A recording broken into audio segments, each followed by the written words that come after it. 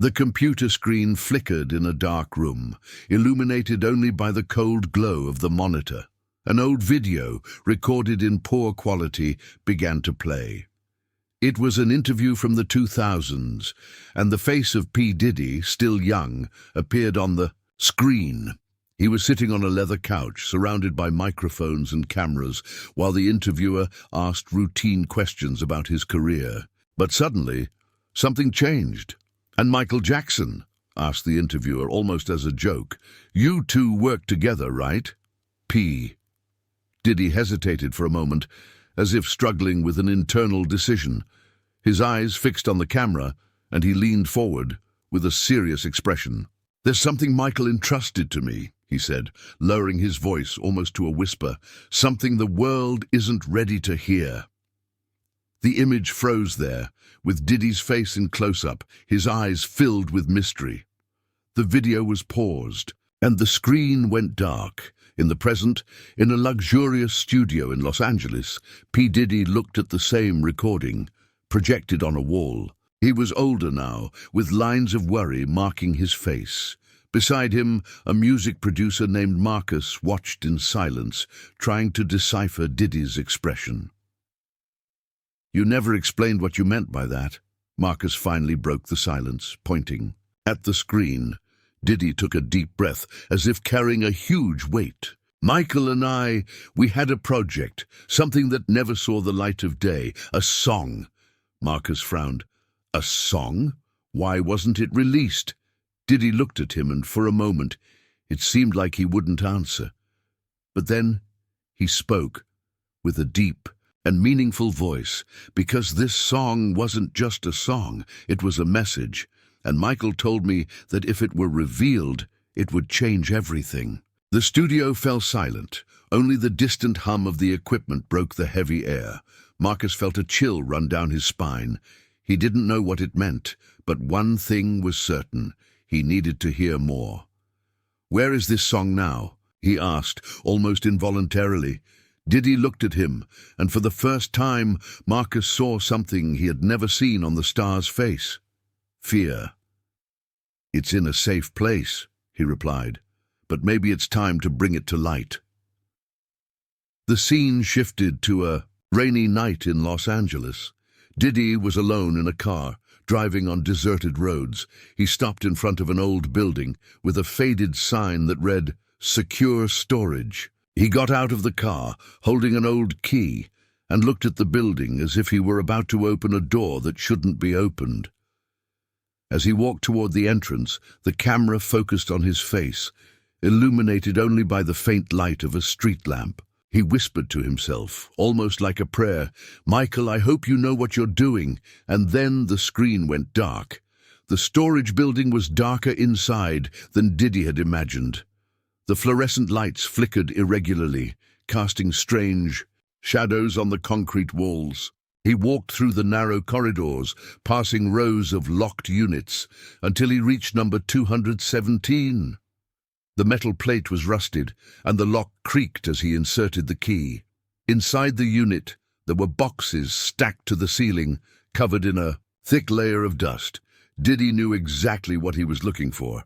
In the farthest corner, there was a small steel safe, almost hidden behind a pile of old boxes. He wiped the dust off the lid and turned the dial, trying to remember the combination Michael had given him years ago.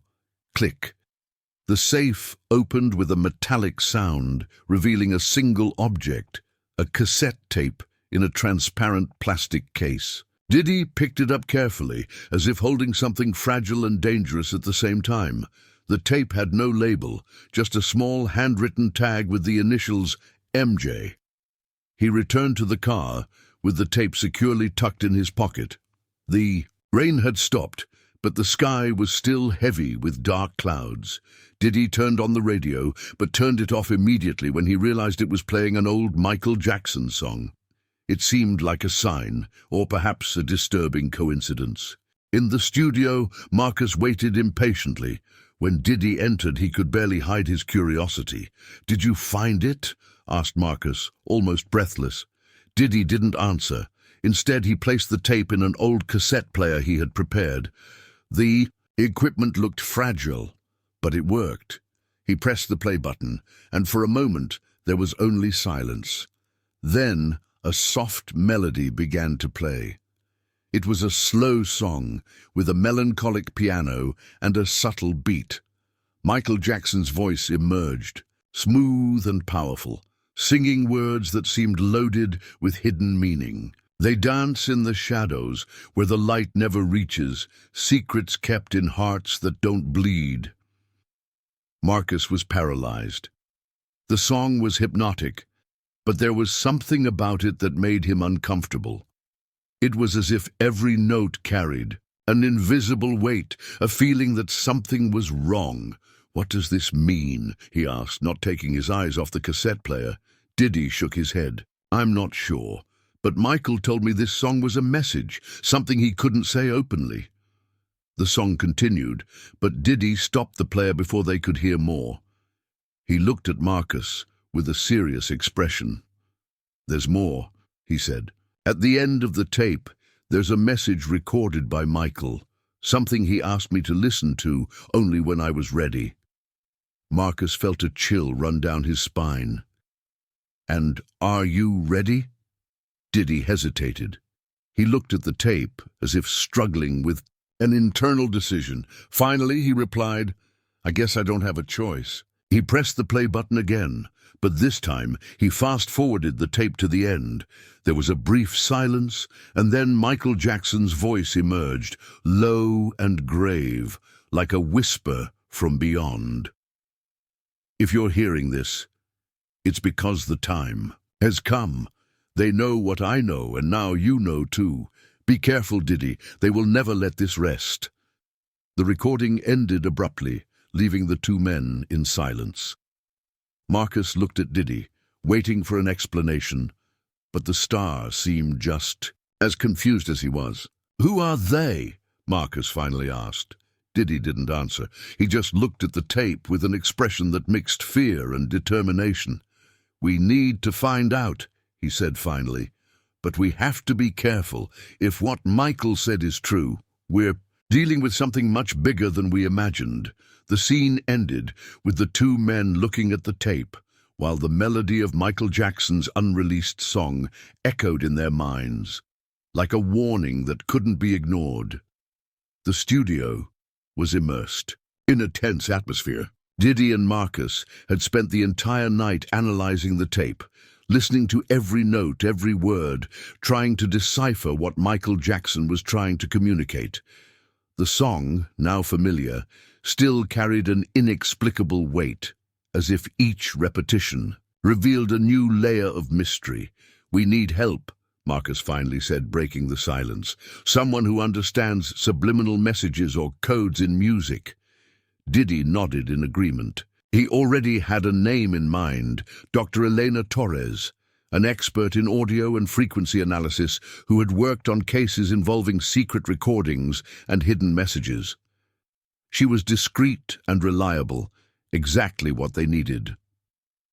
The next day, Elena arrived. At the studio, she was a middle-aged woman with thin-rimmed glasses and a professional demeanor. She didn't ask many questions when Diddy explained the situation, limiting herself to listening to the song with almost clinical attention. "There's something here," she said after the first listen. "The melody is very intentional, and the lyrics seem loaded with symbolism." Elena connected the tape to an audio analysis software, which broke down the song into layers of frequencies. As the colorful graphs danced on the screen, she pointed to a series of strange peaks. "These frequencies aren't natural," she explained. "They were inserted on purpose. They could be subliminal messages or even codes." Diddy and Marcus exchanged glances.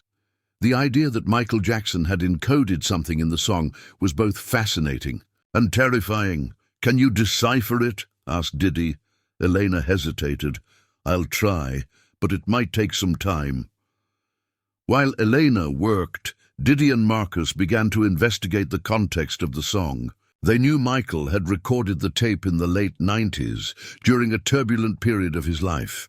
There were rumors that he was in conflict with powerful figures in the industry, but no one knew for sure what had happened. What if he was trying to expose something, suggested Marcus, something that would put a lot of people at risk? Diddy didn't answer immediately. He was thinking about the message recorded by Michael at the end of the tape. They know what I know, and now you know too. Who were they? And what did Michael know that was so dangerous? By the end of the day, Eleanor called them back to the computer. She had isolated one of the strange frequencies and converted it into audio. What came out of the speakers was a distorted, almost robotic voice, repeating a phrase. The pact will never be broken. The room fell silent. Marcus's eyes widened, while Diddy felt a chill run down his spine. What the hell is that? Marcus asked, his voice trembling slightly. Elena looked at them, serious. This isn't just a song. It's a warning. Michael Jackson was trying to tell us something, but he knew he couldn't do it directly. So he hid the message here. Diddy sat down, rubbing his face with his hands. He was beginning to understand the gravity of the situation. Michael wasn't just playing with conspiracy theories. He was talking about something real, something that could shake the foundations of Hollywood. We need to find out what this pact is, he finally said, and why Michael was so scared. As they discussed the next steps, Diddy's phone rang. It was an unknown number. He answered, but there was no response on the other end, just heavy silence followed by a click. Someone knows we're investigating, Marcus said, his voice filled with concern. Diddy looked at the tape still in the player. He knew he couldn't. Don't turn back now. Michael had entrusted him with a secret, and he couldn't simply ignore it. Let's keep going, he said, with a determination he hadn't felt in years. But we need to be careful. If what Michael said is true, we're dealing with something much bigger than we imagined. The scene ended with the three of them looking at the computer screen, where the frequencies of the song continued to dance, like a puzzle waiting to be solved. The news spread like wildfire. A snippet of Michael Jackson's unreleased song had leaked online, and within hours it was all over social media, news sites, and TV programs. The audio clip, just 30 seconds long, featured Michael's soft, melancholic voice singing, "They dance in the shadows, where the light never reaches, secrets kept in hearts that don't bleed." The snippet was short, but enough to cause a stir. Michael Jackson fans flooded social media with theories, while music experts analyzed every note, trying to decipher the meaning behind the lyrics. In the studio, Diddy and Marcus watched the chaos unfold on a TV screen. The headlines were sensational. Michael Jackson's final message, Hollywood secrets revealed. This wasn't supposed to happen, Diddy said, his voice filled with frustration. Someone leaked the audio. Marcus looked at him, worried. Do you think it was someone on the team? Diddy shook his head. I don't know, but this complicates everything. Meanwhile, reactions from celebrities began to surface. Some, like Oprah Winfrey and Steven Spielberg, posted vague messages on social media, saying things like Michael was always a mysterious genius, or may he rest in peace. Others, however, seemed genuinely disturbed. A famous Hollywood producer who chose to remain anonymous was heard telling a reporter, "This shouldn't have leaked. It's dangerous." Diddy's phone wouldn't stop ringing. Lawyers, record label executives, and even public figures called, demanding that he contain the situation. Some were polite, others outright threatening. They're scared, Marcus observed after Diddy hung up another call. But scared of what? Diddy didn't answer. He was thinking about the message Eleanor had deciphered. The pact will never be broken. What did Michael know about Hollywood that was so dangerous, and why did so many people seem to be involved? By the end of the day, Diddy received an unexpected visit. It was Tommy, an old friend of Michael Jackson who had worked with him in the 90s. Tommy looked aged, with deep bags under his eyes and a somber expression. "I knew this would happen," Tommy said bluntly. "Michael told me about the song. He knew that one day someone would try to reveal the truth." Diddy invited Tommy inside, and the three men sat down in the studio. Tommy explained that in the 90s, Michael had discovered something shocking about the entertainment industry, something he called the Pact. It was an agreement among powerful figures to keep dark secrets buried, no matter the cost. Michael tried to expose it, Tommy explained, but he was threatened. They said they would destroy his career and his life if he spoke out. Marcus looked at Diddy, alarmed. "And now, what are we going to do?" Diddy took a deep breath. He knew he couldn't hide anymore. The song had been exposed, and the world was waiting for answers. "Let's organize an event," he finally said. "A safe place with people we trust. We'll play the full song and reveal the truth." Tommy shook his head, worried. "That's dangerous, Diddy. You don't know what you're dealing with." "I know," Diddy replied, with a determination that left no room for argument. "But Michael trusted me, and I won't let him down." The scene ended with Diddy looking at the tape, while the headlines on TV continued to talk about the leak. The mystery was deepening, and he knew there was no turning back. The venue for the event was discreet, almost secret.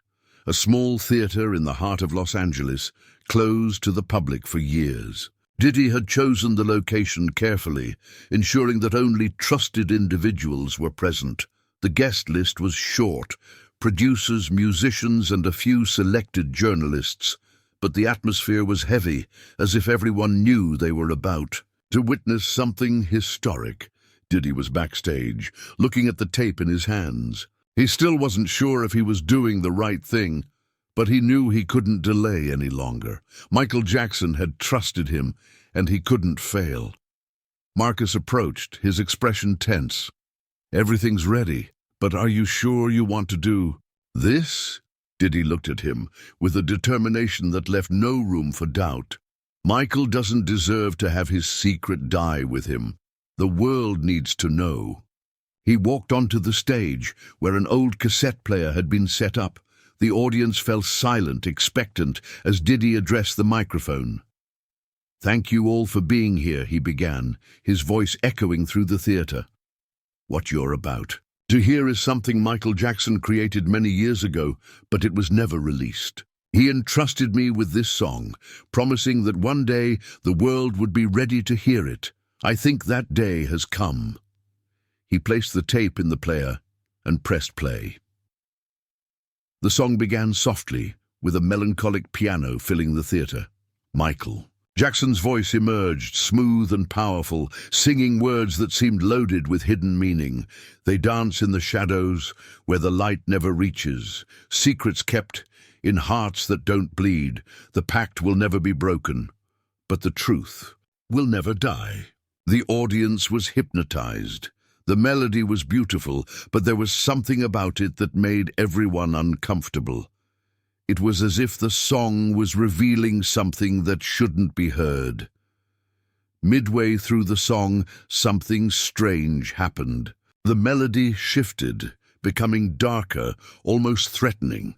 Michael's voice seemed distorted, as if being pulled into the depths of an abyss. And then a new voice emerged, a distorted, almost robotic recording, repeating the same phrase Elena had deciphered: "The pact will never be broken." The audience was in shock.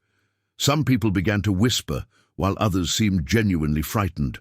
One of the producers in attendance, a man known for his work with big stars, abruptly stood up and left the theater without a word. When the song ended, there was a heavy silence. Diddy looked at the audience, trying to gauge their reactions. He knew what they had just heard was more than just a song.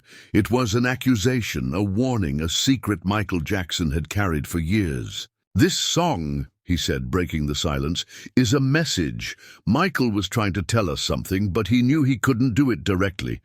So he hid the truth here, in this melody."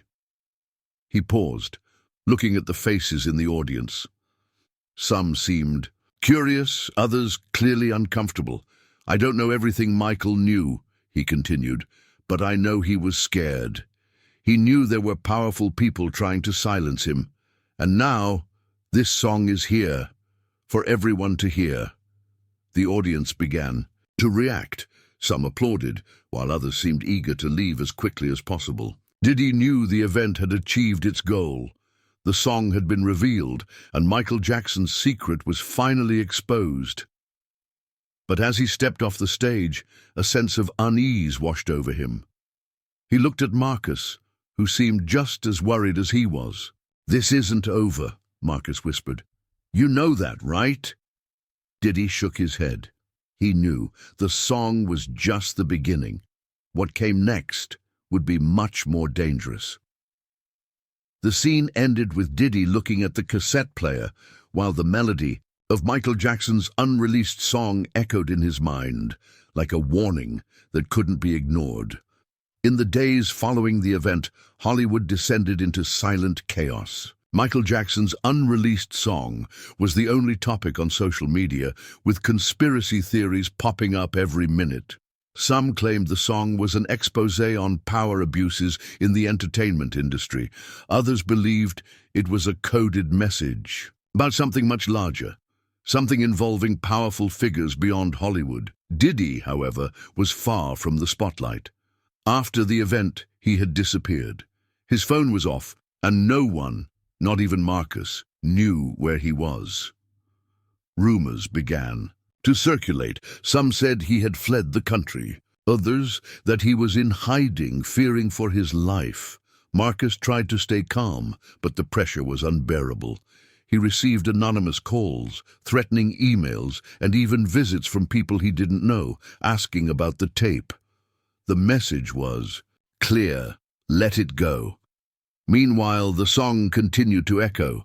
Michael Jackson fans analyzed every note, every word, trying to decipher what he was trying to say. The phrase, "the pact will never be broken," became a mantra, a symbol of resistance for some and fear for others. A week after the event, Marcus received an anonymous package. Inside was a cassette tape, identical to the one Diddy had used. Attached to it was a simple note: "There's more." Marcus looked at the tape with a mix of fear and curiosity. He knew that if he played it, he would be diving even deeper into the mystery, but he also knew he couldn't ignore it. As he placed the tape in an old cassette player, the camera focused on his face, illuminated only by the faint light of a lamp. He pressed play, and a familiar voice emerged. Michael Jackson's voice, soft and grave, like a whisper from beyond.